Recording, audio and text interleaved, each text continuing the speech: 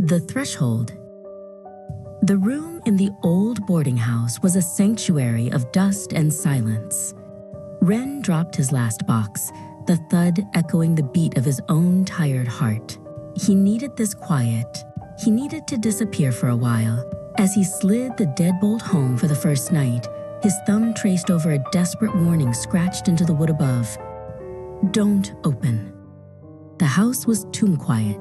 Ren sat at a small desk, the scratch of his pencil the only sound, when a sharp, authoritative rap came at the door. Knock, knock, knock. It was precise, insistent. He frowned, annoyed. He had been promised solitude. He pulled the door open to an empty hall. A long, shadowed corridor stretched into darkness, lined with doors identical to his own. No one was there. No sound of retreating footsteps. No creak of a floorboard. Just a sudden, cold draft that smelled of damp, earth, and decay. He shivered and quickly shut the door. The knocking became a nightly ritual. Then came the voices. The first time, it was his mother. "Ren, darling, it's so late. Please let me in." His heart seized. His mother was 1,000 miles away. He pressed his ear to the wood, hearing only the frantic thumping in his own chest. The next night, it was his estranged brother, his voice thick with a false apology. "Ren, I'm so sorry. We need to talk. Just open the door." Ren scrambled back from the door, his voice a ragged shout. "You're not him. Leave me alone." He checked the deadbolt, his shaking hand making the metal rattle. The voices grew more cunning, whispering promises and threats, weaving through his memories. He spent his nights huddled in the farthest corner of the room, a blanket pulled over his head, humming tunelessly to drown out the phantom callers. The carved warning was his only anchor in a sea of madness.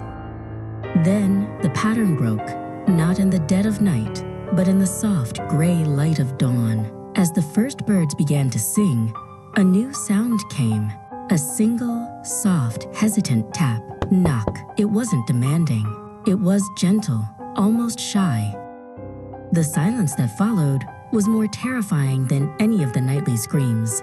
The routine of terror had been a strange comfort. This was unknown. This felt different. A terrible, fragile hope began to bloom in his sleep-deprived mind. Maybe this time it was real. With a trembling hand, he slid the bolt back. The click was deafening. He pulled the door open to the same empty hall, now washed in the innocuous light of morning. The disappointment was a physical blow.